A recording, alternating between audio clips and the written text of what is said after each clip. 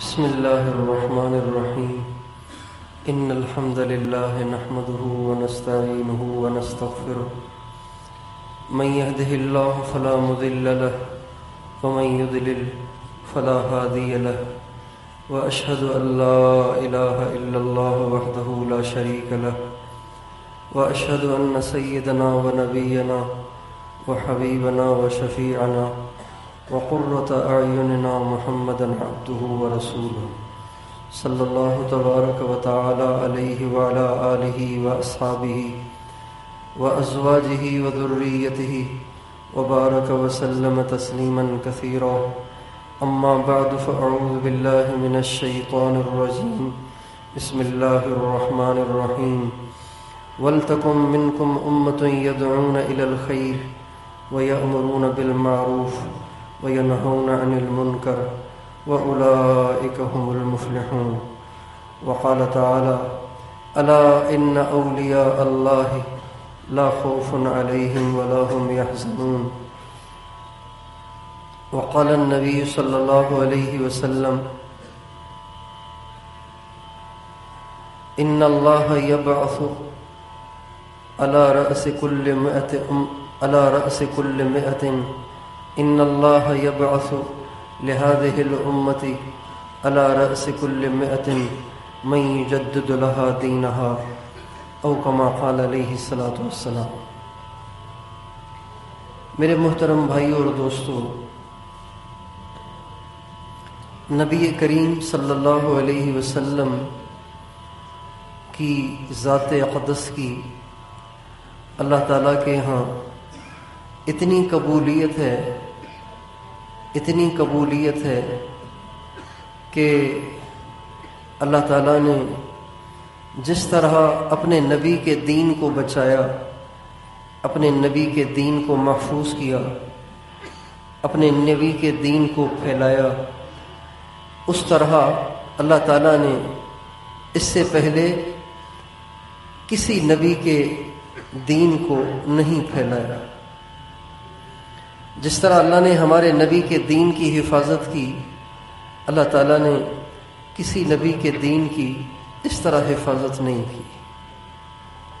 اور یہ بات عام سی ہے کہ جب کسی سے زیادہ پیار ہوتا ہے تو اس کی ہر چیز کی حفاظت کی جاتی ہے، اس کی ہر چیز کو سنبھال کے رکھا جاتا ہے اور اس کی ہر نشانی کو محفوظ کیا جاتا ہے.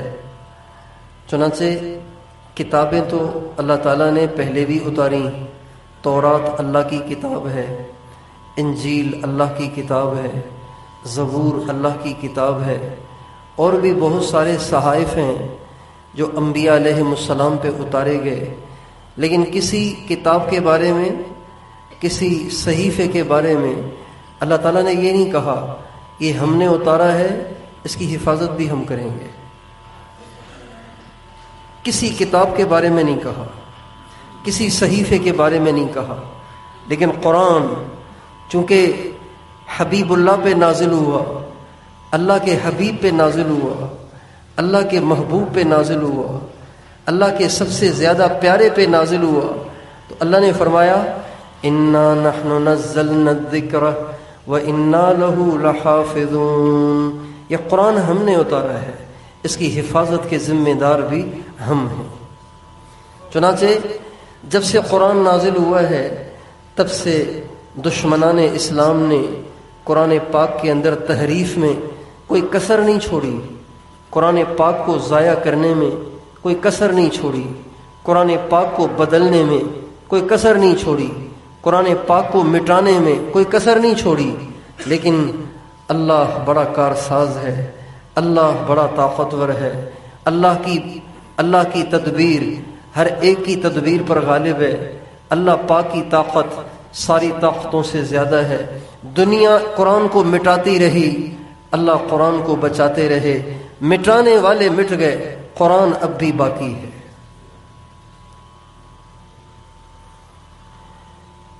تو جس طرح اللہ تعالیٰ نے قرآن پاک کی حفاظت فرمائی، قرآن پاک کو اپنی حفاظت میں لیا، اللہ تعالیٰ نے اپنے نبی کی پوری شریعت کو اپنی حفاظت میں لے لیا۔ 1400 برس گزر گئے، 1400 برس سے بھی زیادہ، 1450 برس گزر گئے، تو 14.5 صدیوں میں تو پتہ نہیں کیا سے کیا ہو جاتا ہے۔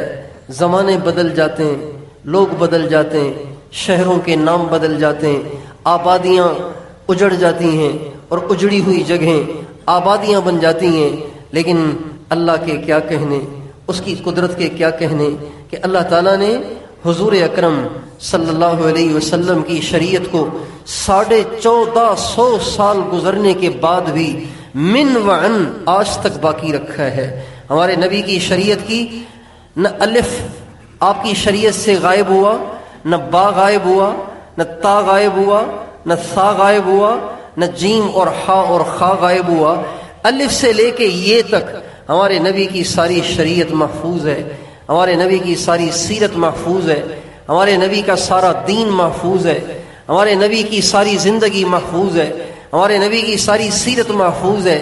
آپ رات کو کیا کرتے تھے ابھی تک محفوظ ہے، آپ دن کو کیا کرتے تھے ابھی تک محفوظ ہے، آپ بیوی کے ساتھ کیسے رہتے تھے ابھی تک محفوظ ہے، آپ بچوں کے ساتھ کیسے رہتے تھے ابھی تک محفوظ ہے، آپ کوئی چیز خریدتے تھے تو کس انداز سے خریدتے تھے یہ بھی محفوظ ہے، آپ نے کبھی کوئی چیز بیچی ہے تو کس طریقے سے بیچی ہے یہ بھی محفوظ ہے، اور آپ کے کپڑے کیسے تھے، آپ کا وجود اطہر کیسا تھا، آپ کی زلفیں کیسی تھیں، آپ کی بھویں کیسی تھیں، آپ کی پلکیں کیسی تھیں، آپ کی آنکھ کی سفیدی کیسی تھی، آپ کی آنکھ کا تارا کیسا تھا، آپ کے دندان مبارک کیسے تھے، ان دندان میں فاصلہ تھا یا ملے ہوئے تھے یہ بھی سب کچھ لکھا ہوا ہے، اور آپ کی داڑھی مبارک کیسی تھی، آپ کا سینہ کیسا تھا، آپ کے کندھے کیسے تھے، آپ کے جوڑ کیسے تھے، آپ کی ٹانگیں کیسی تھیں، آپ کے پاؤں کیسے تھے، بلکہ صحابہ کرام پہ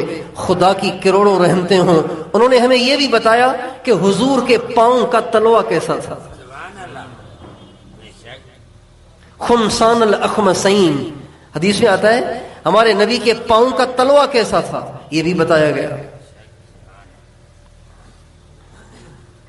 اللہ تعالیٰ نے ہمارے نبی کی شریعت کو، ہمارے نبی کی زندگی کو، ہمارے نبی کے دین کو، ہمارے نبی کے مذہب کو، ہمارے نبی کے لائے ہوئے طریقے کو ایسے محفوظ کیا ہے جیسے میوزیم میں لوگ شیشے میں قیمتی چیزیں چھپا کے رکھتے ہیں نا کہ باہر کی ان پہ ہوا بھی اثر انداز نہ ہو۔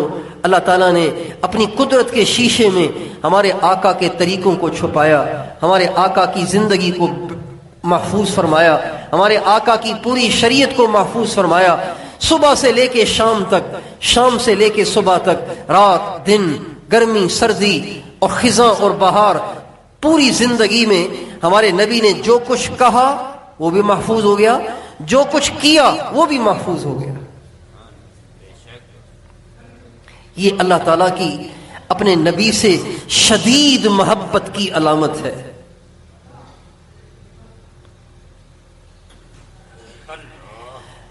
اللہ تعالیٰ نے اپنے نبی کی ہر چیز کو محفوظ کیا، محفوظ کرنے کے لیے ذریعہ کس کو بنایا، ذریعہ کس کو بنایا، ذریعہ کس کو بنایا؟ ہمارے نبی کا ارشاد ہے اللہ تعالیٰ ہر 100 سال کے سرے پر، ہر 100 سال کے سرے پر ایک شخص کو اٹھائے گا جو میرے مٹے ہوئے دین کو زندہ کرے گا، اور میرے اس دین کو زندہ کرے گا جو لوگوں کی نگاہوں میں گر چکا ہو، لوگوں کی نگاہوں میں حقیر ہو چکا ہو، اور لوگوں کی نگاہوں میں پرانا بن چکا ہو۔ جب میری امت میرے دین کو پرانا سمجھنے لگ جائے گی اور میری امت میرے دین سے منہ موڑنے لگ جائے گی، اللہ میری امت میں سے ہر 100 سال کے سرے پر ایک ایسے شخص کو اٹھائے گا جس کی اللہ کے ہاں ایسی قبولیت ہوگی، اللہ کے ہاں وہ اتنا مقرب ہوگا کہ وہ محنت کرے گا، کوشش کرے گا، آنسو بہائے گا، روئے گا، دھوئے گا، اللہ پاک کو اس کی محنتوں پہ ترس آئے گا، اللہ میرے مٹے ہوئے دین کو دوبارہ زندہ کر دیں گے۔ تو اس امت میں اللہ تعالیٰ نے ایسے بہت سے لوگ پیدا کیے کہ جب وہ ایسے دور میں آئے جب دین مٹ چکا تھا اور دین سے لوگوں کو نفرت ہونے لگی تھی، مسلمان ہی دین کو چھوڑنے لگ گئے تھے، اللہ تعالیٰ نے ایک شخصیت کو بھیجا، اس نے آ کے دین کو زندہ کیا اور محنت کی۔ ان شخصیات کو کہتے ہیں مجدد، ان شخصیات کو کیا کہتے ہیں؟ مجدد کہتے ہیں. مجدد کہتے ہیں جو دین کو تر و تازہ کر دے اور دین کے اوپر آئے ہوئے گرد و غبار کو صاف کر دے اور دوبارہ دین کو ایسے تر و تازہ کر دے جیسے حضور دنیا سے ابھی ابھی تشریف لے گئے. یہ مجدد کا کام ہوتا ہے. اللہ تعالیٰ ہر زمانے میں ایسے لوگ بھیجتے رہے، ہر زمانے میں ایسے لوگ آتے رہے اور دین کو زندہ کرتے چلے گئے اور دین کو چمکاتے چلے گئے، اور اللہ تعالیٰ کا وہ وعدہ پورا ہوتا چلا جا رہا ہے کہ اس دین کا محافظ میں ہوں. دنیا والے مٹاتے مٹاتے مٹاتے جب مٹانے کے قریب ہو جاتے ہیں، اللہ ایک دم ایک سورج کی طرح روشن انسان کو کھڑا کر دیتا ہے، وہ ان کے کیے کرائے پہ پانی پھیر دیتا ہے اور دوبارہ دین کا درخت ہرا بھرا ہو جاتا ہے. یہ اللہ پاک کا ایک نظام ہے جو حضور اکرم صلی اللہ علیہ وسلم سے شدید محبت کی وجہ سے اللہ نے چلایا. پھر ہمارے نبی کے جب دنیا سے جانے کا وقت آیا، ہمارے نبی جب دنیا سے جا رہے تھے تو ہمارے نبی کو بڑی پریشانی تھی اس بات کی کہ میں تو اللہ کے پاس چلا جاؤں، لیکن اگر میں اللہ کے پاس چلا گیا تو پیچھے میری امت کا کیا بنے گا.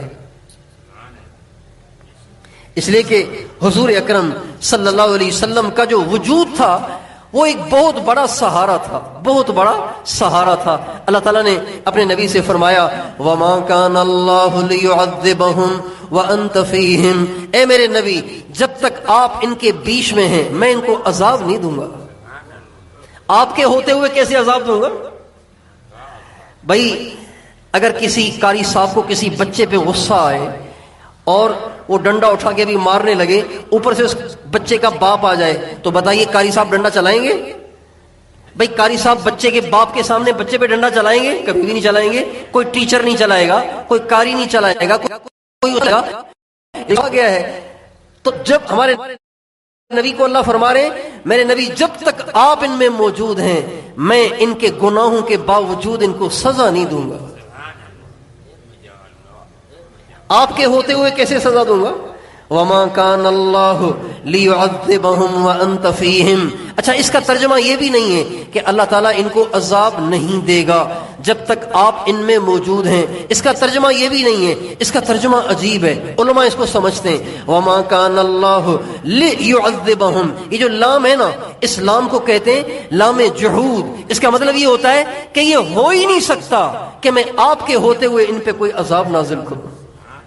وَمَا كَانَ اللَّهُ لِيُعَذِّبَهُمْ وَأَنْتَ فِيهِمْ، میرے نبی یہ ہو کیسے سکتا ہے کہ آپ ان میں جلوہ افروز ہوں اور میں ان پہ عذاب نازل کر دوں. اب جب ہمارے نبی دنیا سے جانے لگے جبریل آ گئے لینے کے لیے اور جبریل نے کہا یا رسول اللہ آپ سے ملنے کا مشتاق ہے، آپ کا کیا پروگرام ہے؟ آپ نے فرمایا اللہ کو اگر مجھ سے ملنے کا شوق ہے تو مجھے بھی اللہ سے ملنے کا شوق ہے، لیکن بات صرف ایک ہے، وہ یہ ہے کہ اگر میں آج اللہ کے پاس چلا جاؤں تو پیچھے میری امت کا کیا بنے گا. چنانچہ حضرت جبریل اللہ کے پاس گئے، اللہ کے ہاں سے پیغام لائے اے میرے نبی آپ اطمینان سے ہمارے پاس آ جائیں، آپ کے بعد ہم آپ کی امت کو اکیلا نہیں چھوڑیں گے. تو چونکہ ہمارے نبی نے دنیا سے جانے سے پہلے اللہ پاک سے یہ فیصلہ کروا لیا کہ وہ امت کو اکیلا نہیں چھوڑے گا، لہذا اللہ وقتاً فوقتاً ایسے لوگوں کو بھیجتے رہے، ایسے لوگوں کو دنیا میں لاتے رہے کہ جو وہی کام کرتے تھے جو نبی کریم صلی اللہ علیہ وسلم نے کیا. ان کے اندر ایسی تاثیر تھی، ایسی نورانیت تھی، ایسی روحانیت تھی کہ انہوں نے ساری دنیا کو ہلا کے رکھ دیا، سوئے ہوئے لوگوں کو جگا کے رکھ دیا، بھٹکے ہوئے لوگوں کو سیدھے راستے پہ ڈال دیا. انہی مجددین میں سے ایک مجدد ہیں، ایک ولی ہیں، ایک اللہ والے ہیں جن کا نام پیران پیر، قطب ربانی، محبوب سبحانی، شیخ عبد القادر جیلانی رحمت اللہ علیہ ہے. چونکہ ان مہینوں میں 11ویں شریف کا نام بہت چلتا ہے، شیخ عبد القادر جیلانی رحمت اللہ علیہ کے نام سے 11ویں شریف کا نام چلتا ہے. لیکن ہماری عادت ہو گئی ہے کہ ہم بس رسم و رواج میں پھنس کر ان شخصیات کو بھول جاتے ہیں، ان کی محنتوں کو بھول جاتے ہیں، ان کی قربانیوں کو بھول جاتے ہیں، یہاں تک کہ ہمیں یہاں تک کہ ہمیں ان کی سیرت کو پڑھنے کی بھی توفیق نہیں ہوتی، ان کی محنتیں، ان کی قربانیاں، ان کی شخصیات، ان کی تعلیمات کو بھی پڑھنے کی ہمیں توفیق نہیں ہوتی کہ ہم پہچانے تو صحیح جنہیں ہم بادشاہ پیر کہتے ہیں. ہمارے یہاں سندھی میں ان کو بادشاہ پیر کہتے ہیں، یعنی پیروں کا بادشاہ، پیران پیر، پیروں کا بھی پیر، غوث اعظم، سب سے بڑا ولی. ان ناموں سے ان کو یاد کیا جاتا ہے. لیکن کبھی ہم یہ سوچنے کی زحمت نہیں اٹھاتے کہ ہم جانے تو صحیح وہ کون ہے، وہ کیسے تھے، انہوں نے کیا کیا، اتنا بڑا نام ان کا کیسے بن گیا، اتنے بڑے ولی وہ کیسے بن گئے، اور ساری دنیا میں ان کا ڈنکا کیسے بج گیا. آج بھی ان سے محبت کرنے والے لاکھوں نہیں کروڑوں لوگ دنیا میں موجود ہیں، حالانکہ وہ ایک امتی ہیں، نبی نہیں ہیں. لیکن اللہ تعالیٰ نے ان کو اتنا نوازا تھا، اتنا نوازا تھا، اتنا نوازا تھا، کچھ نہ پوچھو. سن 470 ہجری میں وہ دنیا میں جلوہ افروز ہوئے، اپنی ماں کے پیٹ سے باہر آئے. 470 ہجری میں 470 ہجری میں وہ پیدا ہوئے. ان کے والد کا نام ابو صالح موسیٰ جنگی دوست تھا. جنگی دوست ان کا لقب ہے. ابو صالح یہ ان کی کنیت ہے، موسیٰ ان کا نام ہے. حضرت پیران پیر شیخ عبد القادر جیلانی رحمۃ اللہ علیہ کے والد کا نام بھی آپ بہت سارے 11ویں شریف منانے والوں سے پوچھیں گے ان کو نام نہیں آئے گا. ان کے والد کا نام موسیٰ ہے.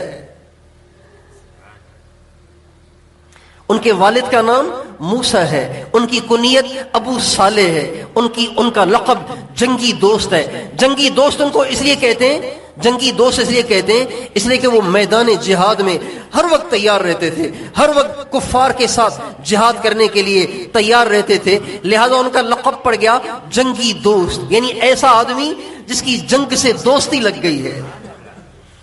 ابو صالح موسیٰ جنگی دوست رحمت اللہ علیہ، یہ بھی اپنے زمانے کے بڑے اللہ والے تھے.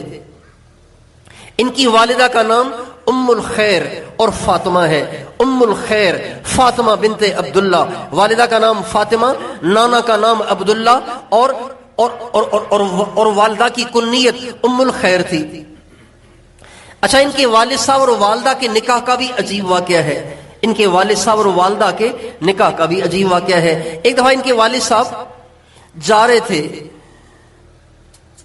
کہیں، تو 3 دن کے بھوکے تھے، 3 دن سے کچھ نہیں کھایا تھا، 3 دن کا فاقہ تھا. اللہ کی شان، ایک ندی بہ رہی تھی، اس میں سے ایک سیب، اس کے اوپر سیب تیر رہا تھا، ایک سیب تیر رہا تھا. 3 دن کا بھوکا، اس کے لیے تو سور کھانا بھی جائز ہو جاتا ہے. انہوں نے اس سیب کو اٹھایا، 3 دن کا بھوکا، 3 دن کا فاقہ، اس سیب کو اٹھایا اور اٹھا کے کھا لیا. اب کھا تو لیا، لیکن بعد میں خیال آیا، ارے یہ میں نے کیا کر دیا، پرائی چیز میں نے کھا لی، یہ تو میں نے بہت بڑا جرم کیا، اب اس کا مالک لاؤں تو کہاں سے لاؤں.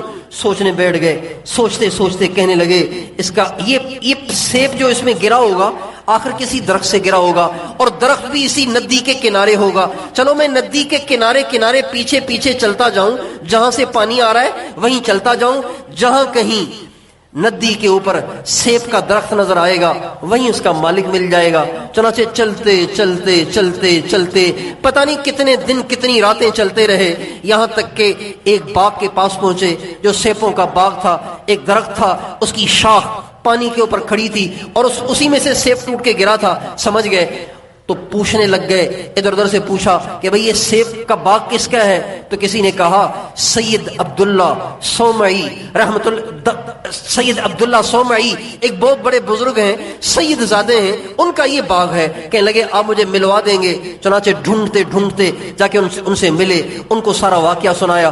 3 دن کا بھوکا تھا، سیب نہیں مجھے بھوک کوئی چیز کھانے کو نہیں مل رہی تھی، مجھے ندی سے ایک سیب مل گیا، وہ سیب آپ ہی کے باغ کا تھا، بس آپ سے بہت دور سے آیا ہوں معافی مانگنے کے لیے، اگر آپ معاف کر دیں گے تو آپ کی مہربانی ہوگی. اب جب انہوں نے کہا کہ ایک سیب کھایا تھا، وہ بھی 3 دن کے فاقے کے بعد کھایا تھا، پتہ نہیں کتنے کلومیٹر پیدل چلتے چلتے آئے ہیں معافی مانگنے کے لیے، تو سید عبداللہ صومعی سمجھ گئے آدمی کام کا ہے، آدمی کام کا ہے. اتنا اللہ کا خوف ہے اس کے دل میں، آدمی کام کا ہے. اب اصل میں تو بات یہ تھی کہ وہ ان کے تقوی سے متاثر ہو گئے تھے، لیکن انہوں نے عنوان کچھ اور بنایا. کہنے لگے ایسے معافی نہیں ہوگی. کہ کیسے ہوگی؟ کہ 10 سال میرے باغ کی خدمت کرو پھر سوچیں گے کہ معاف کرنا ہے کہ نہیں کرنا. یعنی اس کے بعد بھی گارنٹی نہیں دی کہ آپ کو 10 سال کی خدمت کے بعد معاف کروں گا. کہ 10 سال جا کے میرے باغ میں ہاری بن کے رہو، کسان بن کے رہو، جا کے اس کی خدمت گزاری کرو. 10 سال کے بعد آنا پھر سوچوں گا کہ معاف کرنا ہے کہ نہیں کرنا. اللہ کی شان.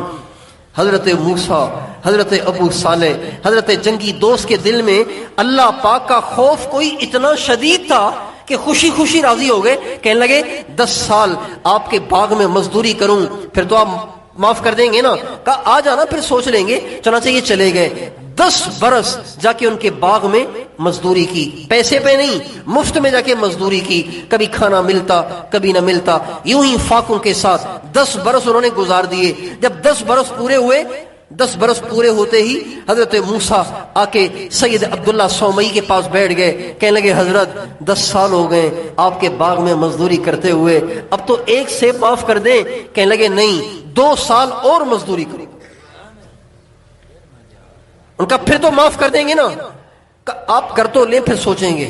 یہ بیچارے قیامت کے خوف سے، حساب کتاب کے خوف سے، جہنم کے خوف سے، خدا کے سامنے پیشی کے خوف سے 2 سال اور مزدوری کرنے چلے گئے. کرتے رہے 12 برس مزدوری کرتے رہے، صرف اس لیے کہ ایک سیب کی معافی مل جائے جو بغیر اجازت کے میں نے کھایا ہے. کیسے لوگ تھے. آج ہم بھی دیکھ لیں، ہم کھاتے ہوئے، پیتے ہوئے، چیزیں اٹھاتے ہوئے، استعمال کرتے ہوئے کبھی سوچتے ہیں کہ اس کا مجھے جواب دینا ہے، اس کا مجھے حساب دینا ہے، اللہ کے سامنے کھڑا ہونا ہے. 12 برس جب ان کے پورے ہوئے دوبارہ آ گئے. حضرت 12 برس ہو گئے، اب کیا خیال ہے، معاف کریں گے کہ نہیں کریں گے؟ تو وہ کہنے لگے نوجوان، میں تمہیں آزما رہا تھا اور تو آزمائش میں پورا اترا اور تو نے وہ کر کے دکھایا جس کا میں سوچ بھی نہیں سکتا تھا. لیکن ایک مسئلہ اور ہے، اگر وہ بھی کر لے گا نا پھر تو تجھے بالکل معاف کر دوں گا. کہا وہ کیا ہے؟ کہا میری ایک بیٹی ہے، وہ آنکھوں سے اندھی ہے، پاؤں سے لنگڑی ہے، ہاتھوں سے لنجی ہے، کانوں سے بہری ہے. اس سے شادی کرنی پڑے گی، ساری زندگی اس کے ساتھ رہنا پڑے گا. یہ بھی کام تو کر لے گا نا تو تیرا سیب کھایا ہوا تجھے معاف کر دوں گا. کہنے لگے میں تو اس کے لیے بھی حاضر ہوں، بس آپ مجھے معاف کر دیں تاکہ قیامت خراب نہ ہو. آپ مجھے معاف کر دیں تاکہ قیامت خراب نہ ہو. چنانچہ نکاح پڑھا دیا. بچی سے تو پہلے ہی اجازت لی ہوئی تھی، نکاح پڑھا دیا، نکاح پڑھایا، رخصتی ہوئی. جب یہ اندر کمرے میں گئے تو دیکھا ایک خوبصورت ترین لڑکی بیٹھی ہوئی ہے. تو ایک دم پیچھے کو آئے، کہنے لگے یہ تو کوئی اور آ گئی. میری بیوی تو آنکھوں سے اندھی، کانوں سے بہری، پاؤں سے معذور اور ہاتھوں سے معذور. تو وہ بچی کہنے لگی کہ موسیٰ صاحب وہ میں ہی ہوں جس کا آپ کو میرے باپ نے بتایا تھا. کہنے لگے آپ تو بڑی خوبصورت ہیں، آپ تو اتنی اچھی ہیں. چنانچہ باپ سے بات ہوئی. باپ نے کہا موسیٰ بات یہ ہے کہ میں نے جو تمہیں کہا تھا نا کہ یہ اندھی ہے تو بے شک اندھی ہے کہ ساری زندگی کبھی اس کی نگاہ کسی غیر محرم پہ نہیں پڑی. میں نے تمہیں کہا تھا نا یہ بہری بھی ہے تو بہری اس لیے کہا تھا کہ ساری زندگی کبھی اس نے کوئی غیر شرعی بات نہیں سنی، نہ کبھی گانا سنا ہے، نہ میوزک سنا ہے، نہ کبھی غیبت سنی ہے. کوئی غیر شرعی کام اس نے، کوئی غیر شرعی کلام اس نے نہیں سنا. اور میں نے تمہیں کہا کہ یہ لنگڑی ہے تو ساری زندگی اس کی گزر گئی ہے، یہ جوان ہو گئی ہے، آج تک اس نے اپنا پاؤں گھر سے باہر نہیں رکھا. اور معذور ہاتھوں سے لنچی اس لیے کہا کہ آج تک اس نے زندگی میں کبھی کوئی ناجائز کام کیے ہی نہیں. یہ تھے ابو موسیٰ، یہ تھی ام الخیر فاطمہ بنت عبداللہ. ان دونوں کا نکاح ہوا رمضان کا مہینہ. ان کے پیٹ سے حضرت پیران پیر غوث اعظم شیخ عبد القادر جیلانی رحمت اللہ علیہ تولد ہوئے. رمضان کے مہینے میں حضرت پیران پیر پیدا ہوئے، رمضان کے مہینے میں پیدا ہوئے. اللہ کی شان، اگلے دن بھی رمضان تھا، جس دن پیدا ہوئے اس دن بھی رمضان، اگلے دن بھی رمضان. رمضان جو ہی روزے کا ٹائم شروع ہوا تو سارا دن عبد القادر نے دودھ نہیں پیا. دودھ پیتے تھے دودھ پیتے تھے لیکن افطاری کے بعد پیتے تھے. پورا رمضان کا مہینہ دودھ نہیں پیا. اللہ کی شان. اگلا سال جب ہوا تو رمضان کا چاند دیکھنے کے لیے لوگ گئے لیکن بادل تھے, پتہ نہیں چل رہا تھا کہ رمضان ہے یا شعبان ہے, پتہ نہیں چل رہا تھا. اگلا دن بھی شروع ہو گیا, بادل تھے, پتہ ہی نہیں چل رہا تھا. تو لوگوں نے کہا موسیٰ کے گھر جاؤ, اس کے گھر میں جو لڑکا عبد القادر ہے نا, اگر وہ دودھ پی رہا ہے نا سمجھ جاؤ کہ آج شعبان ہے, اگر وہ دودھ نہیں پی رہا سمجھ جاؤ آج روزہ ہے. چنانچہ شیخ عبد القادر جیلانی رحمت اللہ علیہ کے دودھ پینے نہ پینے پر لوگوں نے قیاس کر کے رمضان کو سمجھنے کی کوشش کی. بچپن سے ایسے متقی, ایسے پرہیزگار, ایسے اللہ والے تھے. اور یہ تو پیدائش کے بعد تو ان سے ایسی کرامتیں ظاہر ہوئی ہیں کہ اس کا تو دنیا میں تصور بھی نہیں کیا جا سکتا. لیکن ابھی یہ دنیا میں آئے ہی نہیں تھے.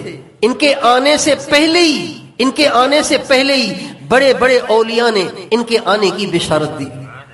ایک بہت بڑے بزرگ ہیں حضرت جنید بغدادی رحمت اللہ علیہ. یہ حضرت پیران پیر شیخ عبد القادر جیلانی رحمت اللہ علیہ سے 300 سال پہلے کے بزرگ ہیں. کتنے سو سال پہلے کے؟ 300 سال پہلے کے بزرگ ہیں. 300 سال پہلے کے. ایک دفعہ مراقبے میں بیٹھے ہوئے تھے.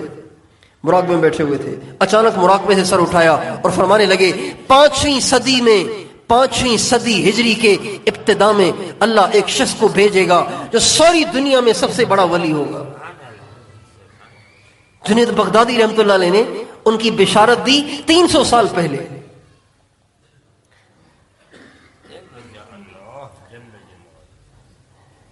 ایران کا ایک قصبہ ہے گیلان. ایران میں ایک قصبہ ہے گیلان. جیلان تو کہتے ہیں اس لیے کہ گاف عربی میں نہیں ہے, اس لیے جیلانی کہتے ہیں, ورنہ اصل میں گیلانی ہے, شیخ عبد القادر گیلانی. لیکن گاف چونکہ عربی میں نہیں ہے اس لیے گاف کو جیم سے بدل دیتے ہیں. گیلان ایک قصبہ ہے, وہاں پہ ان کی پیدائش ہوئی, وہیں پہ رہتے تھے. 18 برس کی عمر تھی, 18 سال کی عمر تھی. تو ایک دفعہ ایسے ہی جا رہے تھے, تو جب جا رہے تھے تو راستے میں ایک کھیت پڑتا تھا. اس کھیت میں ایک کسان ہل چلا رہا تھا, بیل کے ساتھ ہل چلا رہا تھا. تو حضرت شیخ عبد القادر جیلانی رحمت اللہ علیہ نے اس بیل کو دیکھا تو اس بیل کو دیکھتے ہی رہے اور خود بخود ان کے پیچھے چلنا شروع ہوئے. تھوڑی دیر بیل کے پیچھے چلے ہی تھے کہ ایک دم بیل پیچھے کو مڑا, انسانوں کی طرح سے پیچھے کو مڑا, اور پیچھے کو مڑ کر ان سے فصیح عربی زبان میں کہا ما لہذا خلقت وما بہذا امرت. عبد القادر تو اس لیے نہیں بنایا گیا جس کام میں تو لگا ہوا ہے, ایسے ہی گھوم پھر رہا ہے. اللہ نے تجھے اس کے لیے نہیں بنایا, نہیں اللہ نے تجھے اس کام کا حکم کیا ہے کہ ایسے ہی گھومنے کے لیے باہر نکلا ہے, تو وہ کر جس کے لیے اللہ نے تجھے بنایا ہے. جو ہی بیل نے عربی زبان میں یوں کہا تو ایک دم پریشان ہو گئے, سیدھے اپنے گھر آئے اور اپنی ماں سے کہا امی میں جا رہا تھا تو چلتے چلتے بیل نے مجھے عربی زبان میں یوں کہا ہے, اس کا کیا مطلب؟ تو ماں کہنے لگی ہاں بیٹا میں بھی یہ سمجھتی ہوں, بچپن سے تجھ سے ایسے کام ہوئے کہ میں خود سوچتی ہوں کہ شاید تو آج کے زمانے کا کوئی بہت بڑا ولی بنے گا, لہذا گیلان میں اپنا وقت ضائع نہ کر, جا کے بغداد میں علم سیکھ, اللہ والوں کی صحبت میں وقت گزار, تاکہ ان کی صحبت کی برکت سے اللہ تمہیں بھی اپنا ولی بنا دے. چنانچہ ماں نے, والد صاحب کا تو بچپن میں ہی انتقال ہو گیا تھا, ماں بیوہ تھی, تو ماں نے 40 دینار دیے حضرت شیخ عبد القادر جیلانی رحمت اللہ علیہ کو کہ یہ دینار لے جاؤ اور جا کے اس کو خرچ کرنا اور جا کے علم سیکھو, اللہ والوں کی صحبت میں رہو. چنانچہ بغداد کی طرف ایک قافلہ جا رہا تھا. بغداد ہے عراق میں اور یہ بستی ہے ایران کی, تو ایران سے عراق ایک قافلہ جا رہا تھا, ان کے ساتھ یہ بھی ہو لیے.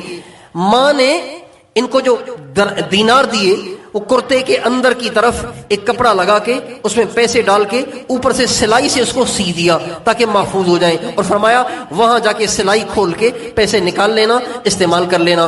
چل پڑے قافلے کے ساتھ. چلتے چلتے راستے میں ایک جنگل آیا, وہاں پہ ڈاکوؤں نے اس قافلے کو گھیر لیا, سارے قافلے کو انہوں نے لوٹ لیا, جس کے پاس پیسے تھے, مال تھا, کپڑے تھے, سامان تھے, سب کچھ لوٹ لیا. اب یہ تو بچے سے تھے, ان کے پاس کیا ہوگا؟ ہوگا تو کسی بڑے کے پاس ہوگا، ان کے پاس کیا ہوگا؟ لیکن ایسے ہی ڈاکوؤں کے سردار نے اوروں کو لوٹ کر جاتے جاتے ان سے بھی پوچھ لیا، ہاں بھائی لڑکے تیرے پاس بھی کچھ ہے؟ ہاں بھائی لڑکے تیرے پاس بھی کچھ ہے؟ کہنے لگے ہاں بالکل ہے، کیوں نہیں ہے، میرے پاس بھی ہے۔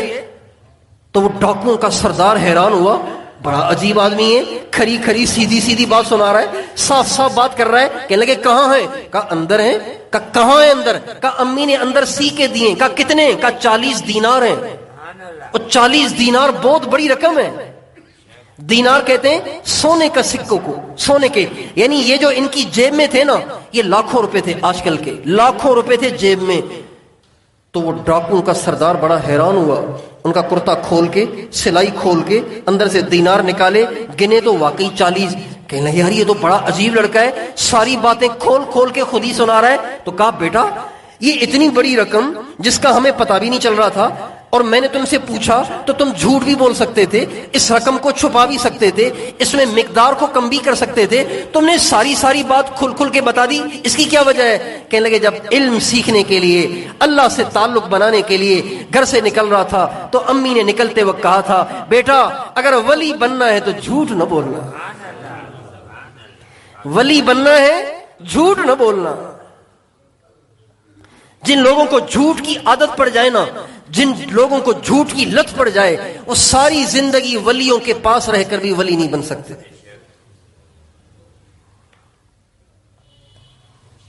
جھوٹ کی گندی عادت جسے پڑ گئی وہ سدھر ہی نہیں سکتا، وہ نہیں سدھر سکتا۔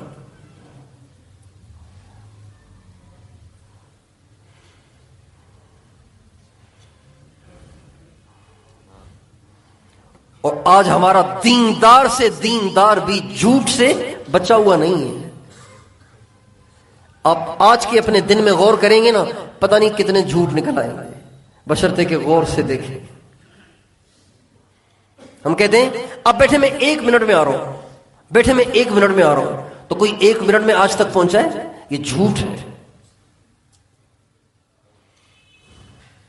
کوئی آپ کا انتظار کر رہا ہے، آپ کا کوئی انتظار کر رہا ہے، اب جہاں آپ کھڑے ہیں وہاں اس کی کال آئی، ہاں بھائی کہاں ہیں؟ بس 5 منٹ کا راستہ رہ گیا ہے، جبکہ 20 منٹ کا راستہ ہے۔ بتائیے جھوٹ ہوا کہ نہیں ہوا؟ اور ہمارے دکاندار تو کہتے ہیں کہ جھوٹ کے بغیر کاروبار ہی نہیں چلتا، جھوٹ کے بغیر تجارت کیسے چلے گی؟ تجارت تو ہے ہی جھوٹ پر۔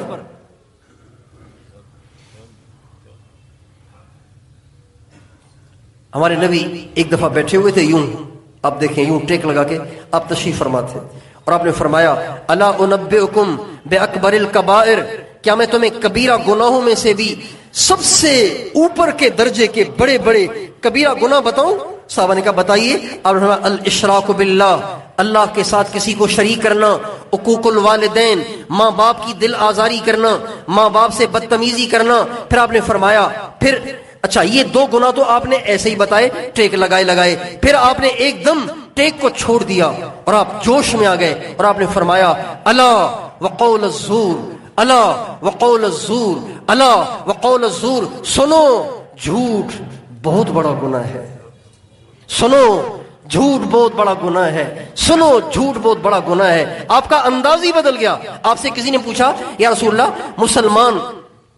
مسلمان بخیل ہو سکتا ہے؟ اور فرمایا ہو سکتا ہے۔ کہا جی مسلمان بزدل ہو سکتا ہے؟ فرمایا ہو سکتا ہے۔ کہا جی مسلمان جھوٹا ہو سکتا ہے؟ فرمایا مسلمان جھوٹ نہیں بول سکتا، مسلمان اور جھوٹ جمع ہی نہیں ہو سکتے۔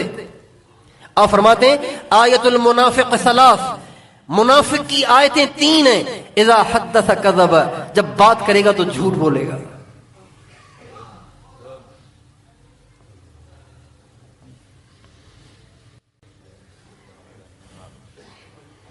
بیٹا ولی بننا ہے تو جھوٹ نہ بولنا۔ چھوٹا سا عبد القادر، اس کی زبان سے بول بم پڑ کے، بم بن کر اس ڈاکوؤں کے سردار کے دل پہ جا لگا، اور ایک دم وہ ششدر رہ گیا اور کہنے لگا اچھا ماں کی بات کا اتنا پاس، رونے بیٹھ گیا، وہیں رونے بیٹھ گیا، تلوار توڑ دی اور کہا بیٹا تیری اس بات نے میرے دل پہ بڑا اثر کیا ہے، میں تجھے گواہ بنا کے آج توبہ کرتا ہوں، آج کے بعد گناہ نہیں کروں گا۔ اور پھر وہاں سے اٹھا، اپنے سارے ڈاکوؤں کے ٹولے کے پاس گیا، ان سب سے کہا ادھر آؤ ادھر آؤ، ذرا اس بچے کی بات تو سنو، یہ بچہ کیا کہہ رہا ہے۔ اس ساری ڈاکوؤں کی جماعت نے حضرت پیران پیر جب کہ ابھی بچے سے تھے، ان کی ایک بول پر سارے ڈاکوؤں کے ٹولے نے ان کے کہنے پر توبہ کر لی۔ یہ حضرت پیران پیر شیخ عبد القادر جیلانی رحمت اللہ علیہ کے انسانوں کی ہدایت کا ذریعہ بننے کا پہلا واقعہ ہے۔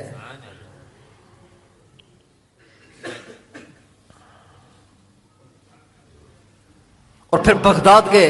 اب بغداد میں کوئی رشتہ دار تو تھے نہیں آج کل کی طرح مدارس میں چندہ جمع ہوتا ہے اور روزانہ روٹیاں پکتی ہیں، روزانہ سالن پکتا ہے، طالب علموں کے لیے دسترخوان بچتا ہے اور کھاتے ہیں۔ یہ سسٹم بھی نہیں تھا اس زمانے میں۔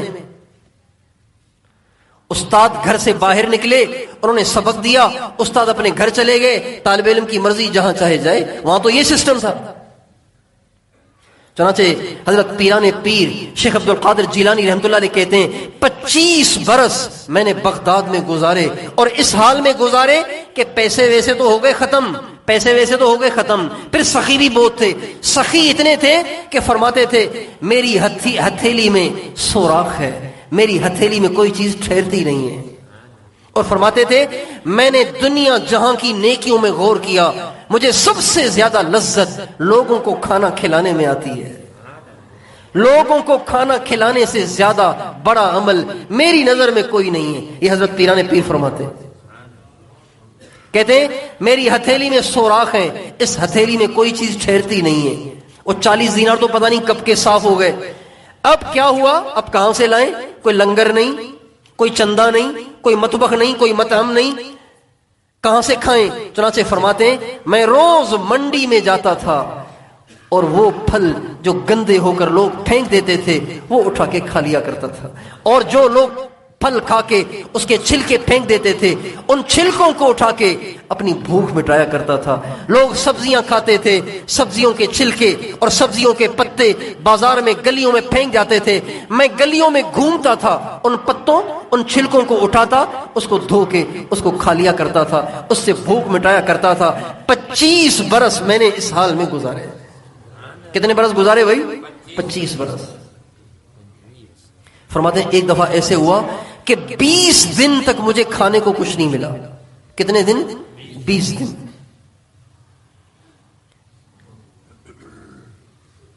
بازار میں گیا تو مجھ سے پہلے کوئی چھلکے اٹھا کے لے گیا،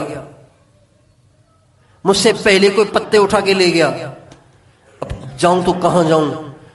کہنے لگے اب مجھ سے چلا نہیں جا رہا تھا، آنکھوں کے سامنے اندھیرا تھا، مسجد تک جانے کی مجھے ہمت نہیں تھی، بس ایک طرف میں بیٹھ گیا۔ اور قریب تھا، کہنے لگے میں جب بیٹھا تو مجھے ایسے لگا اب مجھے موت آئی، اب میں دنیا سے جاؤں، ایسی بھوک سے کیفیت تھی۔ کہنے لگے تھوڑی دیر میں نے ایک نوجوان کو دیکھا کہ وہ ایک طرف آ کے بیٹھ گیا، اس کے پاس روٹی تھی اور بھنا ہوا گوشت تھا، وہ آ کے کونے میں میرے سامنے ہی بیٹھ کے کھانا کھانے لگ گیا۔ لیکن کہتے ہیں جب کبھی وہ لقمہ توڑ کر منہ میں ڈالتا تو بے اختیار اس کا لقمہ توڑ کر منہ میں ڈالتا، دیکھتے دیکھتے میرا بھی منہ کھل جاتا تھا، ایسی بھوک۔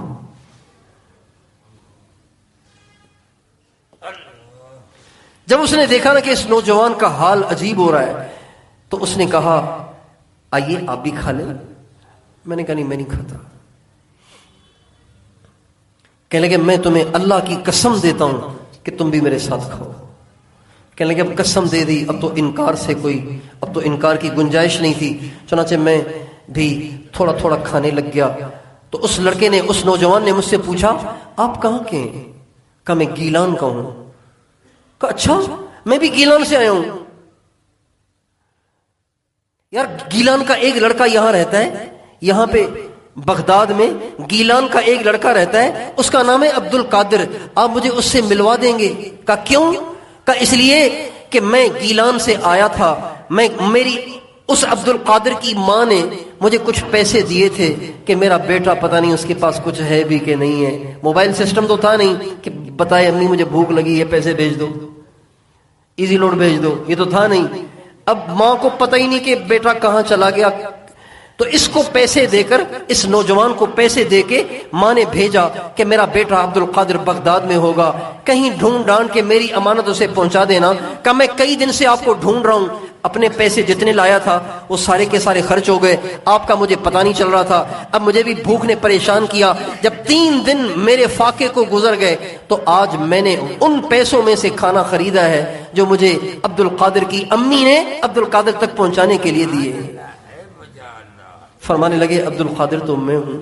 کہنے لگے ہاتھ جوڑتا ہوں, معافی مانگتا ہوں, 3 دن کا فاقہ تھا, آپ مل نہیں رہے تھے, اپنا میرا سارا خرچہ ختم ہو گیا تھا, تو میں نے آپ کے پیسوں میں سے کھانا لیا ہے, اب تو آپ کا ہے, اب تو بشاشت سے کھائیں.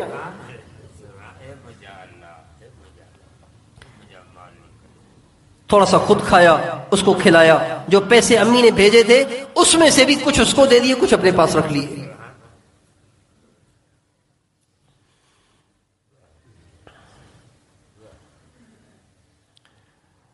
بغداد میں ایک بہت بڑے بزرگ تھے, ان کا نام تھا حماد بن مسلم الدباس.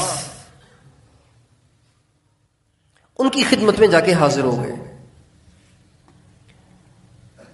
ان کے پاس رہنے لگ گئے, پڑھنے لگ گئے.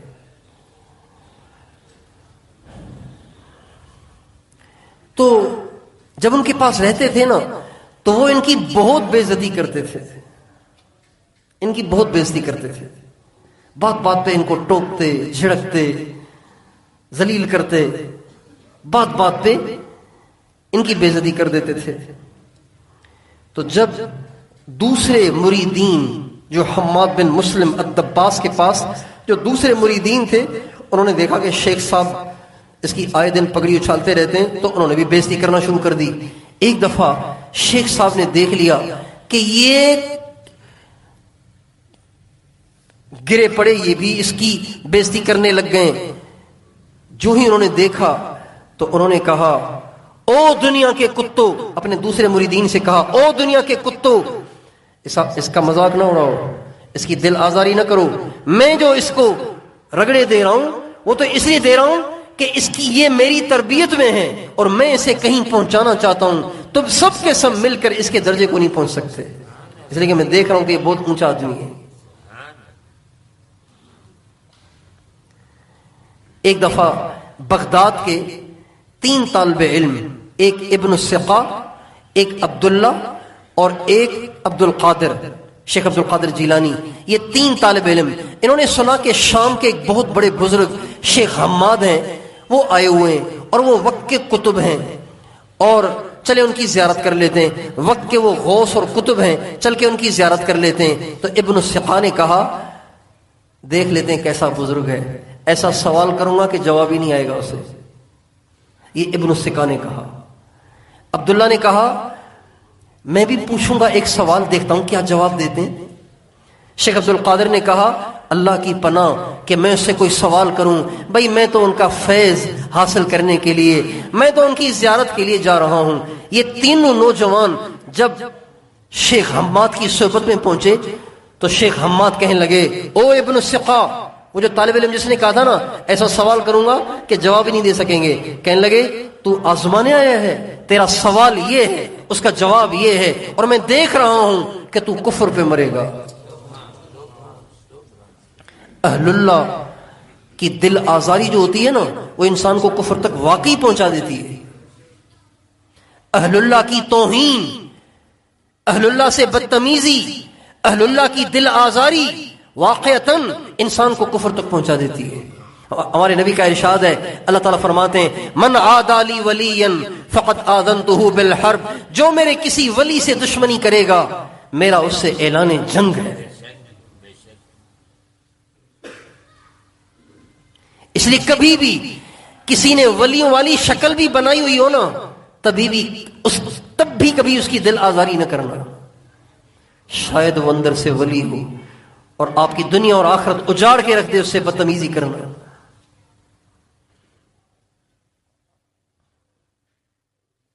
کبھی کسی نیک آدمی، کبھی کسی اللہ کے ولی، کبھی کسی عالم دین، کبھی کسی دین کی محنت کرنے والے کی توہین نہیں کرنا، بےزتی نہ کرنا، اسے حقیر نہ جاننا، اس کا مذاق نہ اڑانا، اس کا دل نہ دکھانا۔ اللہ بڑا غیور ہے، اللہ بڑا طاقتور ہے، اللہ بڑا غیرت مند ہے۔ ایسے لوگوں سے اللہ تعالیٰ موت کے وقت ایمان سلب کر لیتا ہے، اور ان کے رشتہ داروں کو بھی پتہ نہیں چلتا کہ ہمارا ابا کفر پہ مرا ہے۔ وہ اس کے لیے ختم بھی نکال رہے ہوتے ہیں، اور 70,000 بھی پڑھ رہے ہوتے ہیں، یاسین شریف بھی پڑھ رہے ہوتے ہیں، قرآن خوانیاں بھی کر رہے ہوتے ہیں، وہ تو بیچارہ مرا ہی ہوتا ہے کفر پہ۔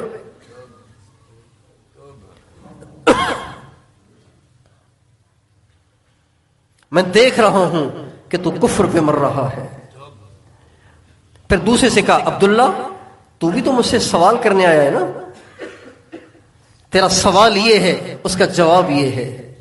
پھر کہا عبد القادر ادھر آ، پیار سے ان کو بلایا اور اپنے پاس بٹھایا، اپنے سینے سے لگایا اور فرمایا عبد القادر تیرے ادب کی وجہ سے اللہ تجھ سے اتنا راضی ہو گیا ہے کہ میں دیکھ رہا ہوں کہ تو ایک دن آئے گا کہ بغداد کے منبر پہ بیٹھ کے کہے گا قدمی حاضی علی رأس کل ولی اللہ، میرا یہ پاؤں دنیا کے ہر ولی کی گردن پر رکھا ہوا ہے۔ میں دیکھ رہا ہوں کہ ایک دن تو یہ کہے گا، اللہ تجھے اتنا بڑا مقام دے گا، اتنا بڑا اونچا درجہ دے گا، ولایت کی ان چوٹیوں پہ اللہ تجھے پہنچائے گا کہ تو منبر پہ بیٹھ کے کہے گا دنیا کے سارے ولی میرے قدموں میں ہیں، میرا قدم ان کی گردن پہ رکھا ہوا ہے۔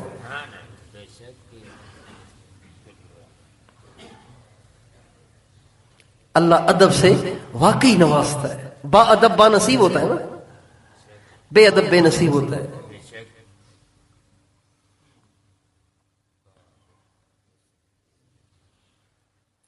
شیخ حماد بن مسلم الدباس سے انہوں نے اپنی تربیت حاصل کی، بہت بڑے عالم، بڑے بڑے علماء سے علم سیکھا، ان سے ان کی تربیت ہوئی، ان سے ان کا تزکیہ ہوا، اور پھر ان کا انتقال ہو گیا، حماد بن مسلم کا انتقال ہو گیا۔ پھر اس کے بعد ان کے بعد یہ ایک اور بزرگ سے بیعت ہوئے،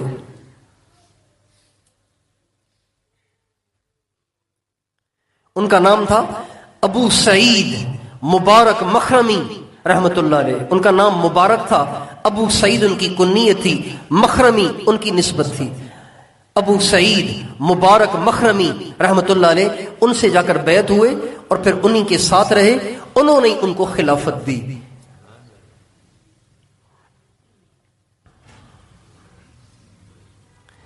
طبیعت کے ایسے تھے کہ تھوڑی سی بھی کوئی بات ہوتی نا اللہ کی، اللہ کے نبی کی، تو ایک دم آنکھوں سے آنسو بہنا شروع ہو جاتے تھے۔ کتابوں میں لکھا ہے سب سے زیادہ رونے والے تھے بکاءن، سب سے زیادہ رونے والے تھے، تھوڑی تھوڑی بات پر رو پڑتے تھے، تھوڑی تھوڑی بات پہ رو پڑتے تھے۔ جہنم کی بات ہوئی آنکھوں سے آنسوں کی کہ ریلے شروع ہو جاتے، جنت کی بات ہوتی آنکھوں سے آنسوں کے ریلے شروع ہو جاتے، اللہ کی بات ہوتی آنکھوں سے آنسوں کے ریلے شروع ہو جاتے، اللہ کے حبیب کا تذکرہ ہوتا تو آنکھوں سے برسات شروع ہو جاتی تھی، اتنی اللہ اور اس کے نبی سے ان کو محبت تھی۔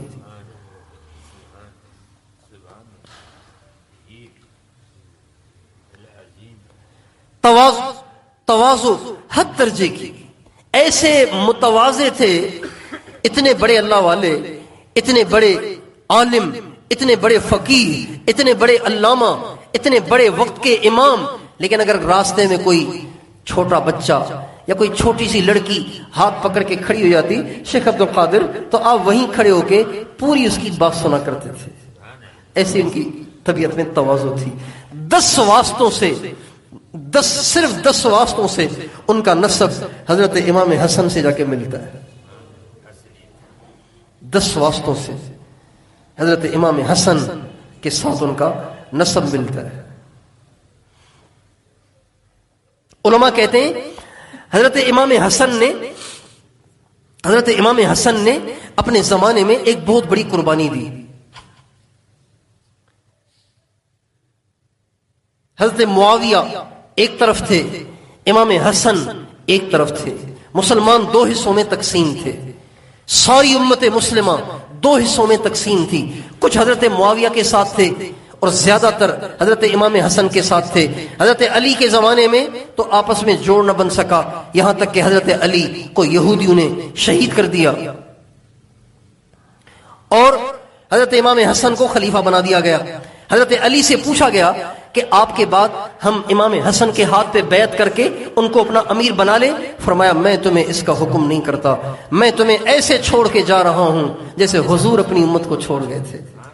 حضور نے فیصلہ نہیں کیا نا کہ کس کو اپنے بعد خلیفہ بناؤ، اشارے تو کر دیے تھے صدیق اکبر کے بارے میں، لیکن سراحتاً نہیں فرمایا تھا کہ ابو بکر ہی کو اپنا خلیفہ بناؤ. فرمانے لگے میں تمہیں نہ حکم کرتا ہوں نہ میں تمہیں منع کرتا ہوں، اگر تمہارا دل چاہ رہا تو بے شک کر لو، لیکن میں نہ حکم کرتا ہوں نہ منع کرتا ہوں. حضرت علی کے بعد سارے مسلمانوں نے اتفاق سے حضرت امام حسن کو خلیفہ بنایا. 6 مہینے امام حسن خلیفہ رہے، لیکن امام حسن کا دل کڑتا تھا کہ امت مسلمہ جسے حضور نے اپنے خون سے بنایا، اتنی قربانیوں سے بنایا، وہ 2 ٹکڑوں میں تقسیم ہو گئی. تو حضرت امام حسن نے قربانی دی اور حضرت معاویہ سے فرمایا میں بھی آپ کو امیر مانتا ہوں، بس آج کے بعد مسلمانوں کے 2 دھڑے ختم، مسلمانوں کا بس ایک ہی دھڑا ہے. خلافت کی قربانی دی، امارت کی قربانی دی امام حسن نے. علماء کہتے ہیں امام حسن کی یہ قربانی اللہ پاک کو ایسی پسند آئی کہ اللہ تعالیٰ نے مستقبل میں روحانی خلافت بھی امام حسن کی اولاد میں رکھ دی اور ظاہری خلافت بھی امام حسن کی اولاد میں رکھ دی. چنانچہ روحانی خلافت کے لیے اللہ تعالیٰ نے حضرت پیران پیر، غوث سمدانی، قطب ربانی، شیخ عبد القادر جیلانی رحمت اللہ علیہ کا انتخاب فرمایا. یہ ساری دنیا کے ولیوں کے سردار ہیں، سلطان الاولیاء ہیں، امام الاولیاء ہیں، اولیاء کے بادشاہ ہیں. روحانی خلافت اللہ نے ان کی اولاد میں سے حضرت شیخ عبد القادر جیلانی کو عطا فرمائی، اور ظاہری خلافت بھی اللہ تعالیٰ نے ان کے بیٹے کے لیے رکھی کہ حضرت امام مہدی جو ان قریب ظاہر ہوں گے وہ بھی امام حسن کی اولاد میں سے ہوں گے، اور وہ ایک ملک نہیں، ایک خطے کے نہیں، ایک بر اعظم کے نہیں، ساری دنیا کے بادشاہ بن جائیں گے اور ساری دنیا سے کفر اور شرک کو مٹائیں گے، اسلام کا بول بالا کریں گے. ہمارے نبی کا ارشاد ہے اگر دنیا چلتے دنیا کا ایک دن باقی رہ جائے اور ایک دن کے بعد قیامت قائم ہو جائے، اللہ اس ایک دن کو اتنا لمبا کرے گا کہ میری بیٹی فاطمہ کی اولاد سے ایک نوجوان کھڑا ہوگا جو ساری دنیا کو عدل و انصاف سے بھر دے گا، جیسا کہ اس سے پہلے وہ ظلم و ستم سے بھری ہوئی ہوگی. آپ علیہ السلام ایک دفعہ گھر میں تشریف لائے، حضرت فاطمہ سامنے کھڑی تھیں. آپ نے فرمایا یا فاطمہ تو ابشری، فاطمہ تجھے مبارک ہو، فإن المہدی منکی، مہدی تیری اولاد میں سے ہوگا. امام حسن کی یہ قربانی اللہ پاک کو ایسی پسند آئی کہ خلافت روحانیہ وہ بھی ان کی نسل میں اور خلافت ظاہریہ وہ بھی ان کی نسل میں.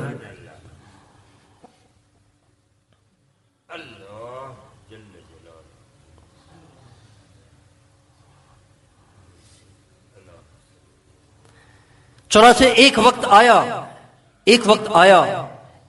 آیا کہ حضرت پیران پیر شیخ عبد القادر جیلانی رحمت اللہ علیہ عالم بھی ہو گئے اور ولی بھی بن گئے، اور جن سے تعلق تھا انہوں نے خلافت بھی دے دی. اب کیا ہوا؟ اب ان کا دل تو یہ چاہتا تھا کہ جنگل میں نکل جاؤں اور جا کے بس اللہ اللہ کروں، اللہ کی ذات میں گمسم رہوں، دنیا سے میرا کیا واسطہ. چونکہ بغداد اس وقت دنیاوی لحاظ سے دنیا میں سب سے زیادہ ترقی یافتہ شہر تھا. جیسے آج کل ہمارے ہاں پاکستان میں کراچی ہے، اسلام آباد ہے، لاہور ہے، ان سے زیادہ پوری، یہ تو ایک ملک کے شہر ہیں، وہ پوری دنیا میں سب سے زیادہ ترقی یافتہ شہر بغداد تھا. فرمانے لگے اب دنیا میں یہاں رہ کے کیا کروں، دنیا دائی کا ماحول ہے، بے دینی کا ماحول ہے، میں جاتا ہوں جنگل. چنانچہ ایک دفعہ جا رہے تھے، سب کچھ چھوڑ چھاڑ کے بغداد سے رخصت ہو کر جنگل کی طرف جا رہے تھے. جنگل کی طرف جو ہی رخ کیا تو ایک غیبی آواز آئی، کہاں جا رہے ہو؟ کہاں جا رہے ہو؟ کہنے لگے دنیا کو چھوڑ کر اللہ کی طرف جا رہا ہوں، تو غیب سے کسی نے دھکا دیا، منہ کے بل جا کر گرے اور آواز آئی واپس جاؤ، مخلوق سے تم کو فائدہ پہنچے، مخلوق کو تم سے فائدہ پہنچے گا، مخلوق کو تم سے فیض پہنچے گا، تمہارے ذریعے سے مخلوق کو ہدایت ملے گی۔ واپس آ گئے۔ ایک رات سوئے ہوئے تھے، نبی کریم صلی اللہ علیہ وسلم کی زیارت ہوئی، آپ علیہ السلام نے فرمایا عبد القادر تم بیان کیوں نہیں کرتے؟ بیان کیا کرو نا، تاکہ تیرے بیان سے لوگوں کے دل میری محبت سے پر ہوں، میری محبت سے منور ہوں۔ کہنے لگے یا رسول اللہ بغداد تو عربوں کا شہر ہے، میں تو اجمی آدمی ہوں، تو عربی یہ عرب میری اجمی زبان سے کیسے متاثر ہوں گے؟ آپ نے فرمایا ادھر آ، آپ نے قریب کیا، اپنے منہ مبارک سے لعاب نکال کے ان کے منہ میں ڈالا۔ شیخ عبد القادر کہتے ہیں صبح کو کہ جب میں نے بیان کیا تو اجم عرب بھی حیران رہ گئے، ایسا بیان کیا۔ آقا علیہ السلام کے لعاب کی برکت تھی، ایسی اللہ نے ان کے بیان میں تاثیر رکھی تھی، ایسی ان کے بیان میں تاثیر رکھی تھی، ایسی ان کے بیان میں تاثیر رکھی تھی کہ جب بیان کرتے تھے تو کئی دفعہ بیان کے دوران لوگ ان کی بات سن سن کے ان کے کلیجے شک ہو جاتے، پھٹ جاتے تھے، اور وہیں تڑپ تڑپ کے اللہ پاک کی محبت میں مر جاتے تھے۔ ہمارے یہاں تو بیان ہوتا ہے، پوچھتے ہاں جی بتاؤ بھائی کون سے روزے کے لیے تیار ہے، ہمیں بتاؤ کون چلے کے لیے تیار ہے۔ ہمارے یہاں سے مجمع اٹھتا ہے سے روزے اور چلے کے لیے، وہاں ان کے بیان سے اٹھتے تھے جنازے۔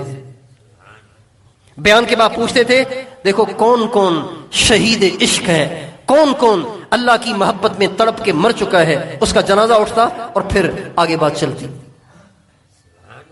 جب بیان کرتے تھے تو بیان 200 آدمی میں 400 آدمی میں نہیں کرتے تھے، 70 ہزار آدمی، 1 لاکھ آدمی ان کے بیان میں آ کے بیٹھتے تھے۔ ان بیٹھنے والوں میں بڑے بڑے علماء، بڑے بڑے مشائخ، بڑے بڑے اہل اللہ اور وقت کے عباسی بادشاہ بھی آ کر جوتیوں میں بیٹھ جاتے تھے، اور حضرت پیران پیر رحمۃ اللہ علیہ کسی بادشاہ کو پروٹوکول دے کر اسے آگے نہیں بٹھاتے تھے، وہ بھی جوتیوں میں بیٹھے ہوتے تھے۔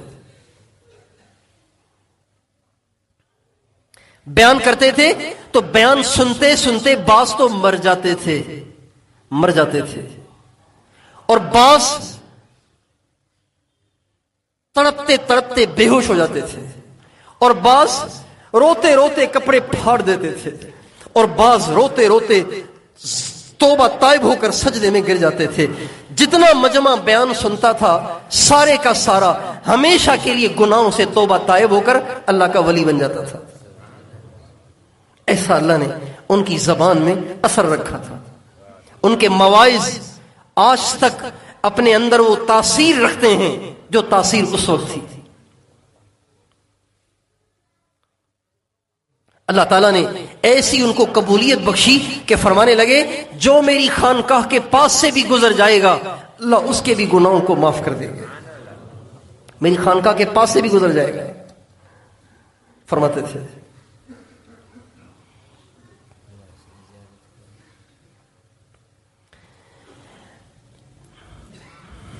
صحابہ کے بعد سے لے کے اب تک جتنے اولیاء آئے ہیں ان سب سے کرامتیں ظاہر ہوئی ہیں، بعضوں سے نہیں بھی ہوئی لیکن عام طور پہ اولیاء سے کرامتیں ظاہر ہوتی ہیں، لیکن سب سے زیادہ کثرت کے ساتھ جس ولی سے کرامتیں ظاہر ہوئی ہیں وہ حضرت پیران پیر شیخ عبد القادر جیلانی ہیں۔ علامہ ابن تیمیہ